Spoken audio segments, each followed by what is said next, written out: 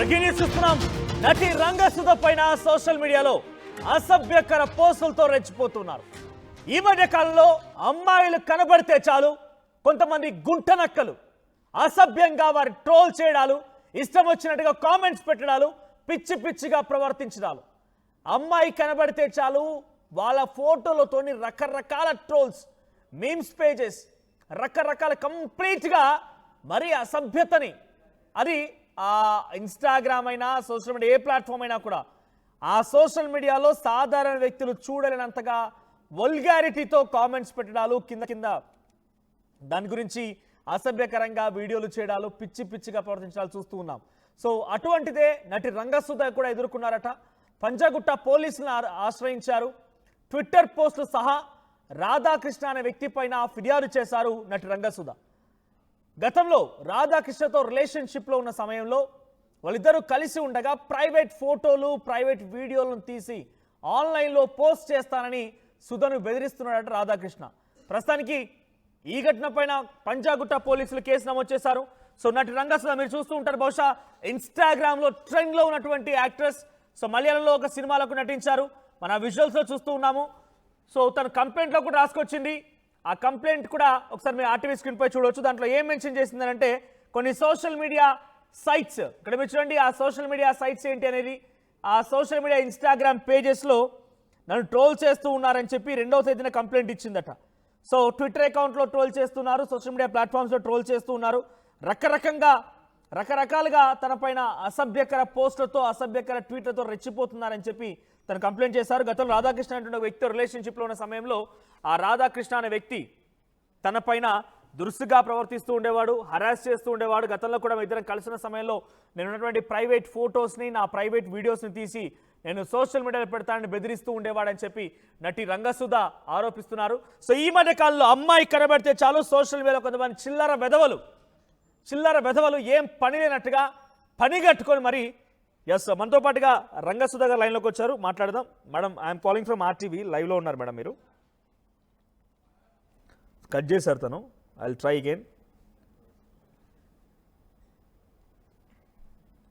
So నటి రంగసుధ గారికి call చేస్తున్నాను. సోషల్ మీడియాలో డెఫినెట్గా తను బయటకు వచ్చి ఈ రకంగా ధైర్యంగా కంప్లైంట్ ఇవ్వగలిగింది కాబట్టి సరిపోయింది. లేదనంటే ఇలా చాలా మంది ఇబ్బందులు పడుతున్నవారు సోషల్ మీడియా పని కట్టుకొని కొంతమంది. Right, sorry. సో నేను ట్రై చేసే ప్రయత్నం చేశాను తనతో లైవ్లో. సో ప్రజెంట్ అయితే ఎక్కడ చూసినా కొంతమంది పని కట్టుకొని ఇన్స్టాగ్రామ్ సోషల్ మీడియాలో ఫాలోవర్స్ సంపాదించడం కోసం అమ్మాయిలే టార్గెట్గా, ఓ పర్మిషన్ లేకుండా ఫోన్లో ఫోటోలు తీయడాలు, వారు నడుస్తూ వెళ్తూ ఉంటే వారిని వీడియోలు తీయడాలు, వారిని ఎక్కడున్నా చూసి పని కట్టుకొని మరి ఫోటోలు తీసి వీడియోలు తీసి సోషల్ మీడియాలో పెట్టుకోవడాలు. దానికి ఒక పేరు ఊరు ఏది ఉండదు, ఏదో ఒక పిచ్చి పిచ్చి పేర్లు పెట్టేసుకొని మీమ్స్ పేజ్ అని, ట్రోల్స్ పేజ్ అని రకరకాల పేర్లు పెట్టేసుకొని పిచ్చి పిచ్చి ప్రవర్తనలకు పాల్పడుతూ ఉన్నారు. సో ప్రస్తుతానికి నటి రంగసుధ ఎదుర్కొంది అదే. మలయాళంలో తన యాక్ట్రెస్గా పనిచే తేరి మేర అనేటువంటి ఒక సినిమాలకు నటించారట. సో ప్రస్తుతానికి సోషల్ మీడియాలో మంచి ట్రెండ్లో ఉన్నారు. సో తెలుగు అమ్మాయి, తిరుపతికి సంబంధించిన అమ్మాయి ప్రస్తుతానికి హైదరాబాద్లో ఉంటున్నారు. సో ఈ నేపథ్యంలో తన సోషల్ మీడియా ప్లాట్ఫామ్స్లో తను పెట్టేటువంటి సోషల్ మీడియా పోస్టుల పైన అసభ్యకరమైన కామెంట్స్ చేయడంతో పాటుగా రాధాకృష్ణ చెరుకూరినటువంటి ఆ వ్యక్తి తనతో పాటుగా రిలేషన్షిప్లో ఉన్నప్పుడు తన ఫొటోస్ని, తన ప్రైవేట్ వీడియోస్ని క్యాప్చర్ చేసి బయట పెడతానని చెప్పి బెదిరిస్తూ ఉండేవాడట. సో ప్రస్తుతానికి ఆయన పైన కేసు నమోదైంది. Section 319 of 2 and 78 BNS 66D 67A ITA act కింద కేసు నమోదు చేశారు. సో రాధాకృష్ణని అరెస్ట్ చేశారా ఏంటి తెలుసుకునే ప్రయత్నం చేద్దాం. ప్రతినిధి పెట్రిషియా సిద్ధంగా ఉన్నారు. ఎస్ పెట్రిషియా, సో రంగసుధ ఎదుర్కొన్నటువంటి సమస్య ఏంటి తనకు సంబంధించిన private photos and videos social మీడియాలో పోస్ట్ చేశారు ఎవరైనా? అసలు ఏం జరిగింది? తన ఫిర్యాదు గల కారణం ఏంటి? రాధాకృష్ణ అనే వ్యక్తి ఏంటి? అసలు రాధాకృష్ణ ఎవరు? ప్రస్తుతానికి అరెస్ట్ చేశారా లేదా? ఎస్, రంగసుధ ప్రస్తుతం పోలీస్ స్టేషన్లో కంప్లైంట్ చేసింది, పంజాగుట్ట పోలీస్ స్టేషన్లో. అదే కాకుండా బెదిరింపులకి గురి చేశాడు, నన్ను అనేక సార్లు వేధింపులకి గురి చేశారు. సోషల్ మీడియాలో కూడా తన పేరుకి సంబంధించిన అసభ్యమైన ఫొటోస్ కానీ లేకపోతే వీడియోస్ అంతా కూడా ప్రస్తుతం ట్రోలింగ్ చేస్తున్నారు. రాధాకృష్ణ కూడా అనేక సార్లు కూడా బెదిరింపులకి గురి చేశాడు.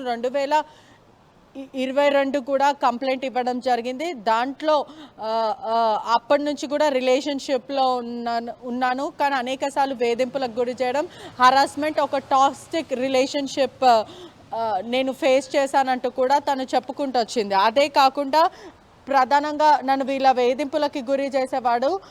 ఒకవైపు టాక్సిక్ రిలేషన్షిప్ ఉండే నన్ను అనేకసార్లు వేధింపులకు గురి చేయడమే కాకుండా నేను వద్దు అన్నప్పటికీ కూడా నన్ను రాధాకృష్ణ వేధించాడు. అదే కాక మేము రిలేషన్షిప్లో ఉన్న టైంలో ఫొటోస్, వీడియోస్ ఇవన్నీ కూడా క్లిక్ చేసుకున్న వీడియోస్ అంతా కూడా సోషల్ మీడియాలో కానీ ఇన్స్టాగ్రామ్, ట్విట్టర్లో కూడా ఇష్టానుసారంగా ప్రవర్తిస్తున్నారు, రెచ్చిపోతున్నారంటూ కూడా తను చెప్పుకుంటూ వచ్చింది. ప్రస్తుతం సుధాతో మాట్లాడే ప్రయత్నం ఆర్టీవీ చేసినప్పుడు కూడా నాకు ఇది చాలా గుట్టు చప్పుడు కాకుండా తేల్చుకోవాలని ఉంది, నన్ను ఇలా వేధింపులకు గురి చేశాడు, నేను మీడియా ముందు వచ్చి మాట్లాడలేనంటూ కూడా తను చెప్పుకుంటూ వచ్చింది. ప్రధానంగా అదే కాకుండా పోలీసులు కూడా కేసు నమోదు చేసుకొని దర్యాప్తు చేస్తున్నారు. రైట్ పెట్రిషియా సార్, రాధాకృష్ణ దొరికాడా? రాధాకృష్ణకు సంబంధించి ఆచూకీ లభించిందా? పోలీసులు అతనిపై కేసు నమోదు చేసిన విషయంలో రాధాకృష్ణ అరెస్ట్ చేశారా? ఎస్, తన పేరు మీద కూడా ఆ ఫొటోస్ ఏవైతే ఉన్నాయో తన పేరు మీద ఆ ఫొటోస్ పెట్టడము, అదంతా కూడా తను చూడడము. రాధాకృష్ణ ప్రస్తుతం అబ్స్కాండింగ్ అని తెలుస్తుంది. అతని నంబర్ కూడా ఫోన్ చేసినప్పటికీ కూడా లిఫ్ట్ చేయకపోవడం.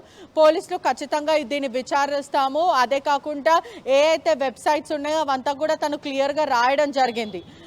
ఆ వెబ్సైట్ల నుంచి కూడా ఫొటోస్ అంతా తీసేస్తామంటూ కూడా పోలీసులు చెప్పుకుంటూ వస్తున్నారు. కానీ తను ఒక మంచి యాక్ట్రెస్, అదే కాకుండా సోషల్ మీడియాలో కూడా ఫేమస్ ఉంటుంది. నాకు జరిగినట్టు ఇంకెవరికి జరగకూడదు కాబట్టి నేను ముందుకు వచ్చి కంప్లైంట్ ఇచ్చానంటూ కూడా సుధా చెప్పుకుంటూ వస్తుంది.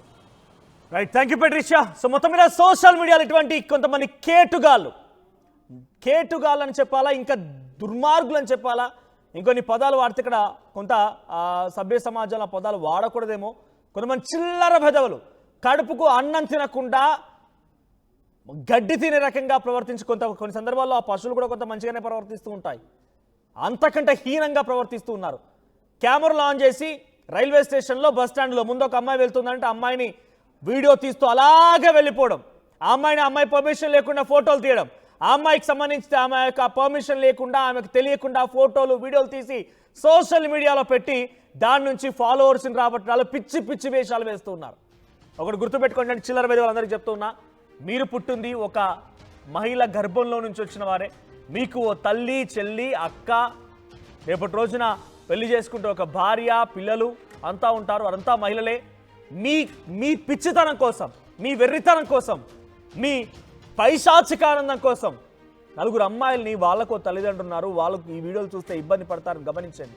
రోడ్లపైకి ఎక్కి పిచ్చిగా వీడియోలు తీయడాలు. ఇటీవల కాలం మనం చూస్తున్నాం, ఖైరతాబాద్ బడా గణపతి దగ్గర సి టీమ్స్ 80 మందిని ఆ 9 రోజు నవరాత్రులు పూర్తయ్యేంత వరకు 130 మంది అరెస్ట్ చేశారు. ఏం చేస్తున్నారు? అంతా కూడా వెనకే వెళ్తూ అమ్మాయిలను ఎక్కడ పడితే అక్కడ టచ్ చేయడాలు, వారిని బాడీ షేమింగ్ చేయడాలు, ఇష్టం వచ్చినట్టుగా వారిని తాకడాలు, సందు దొరికిందన్నట్టుగా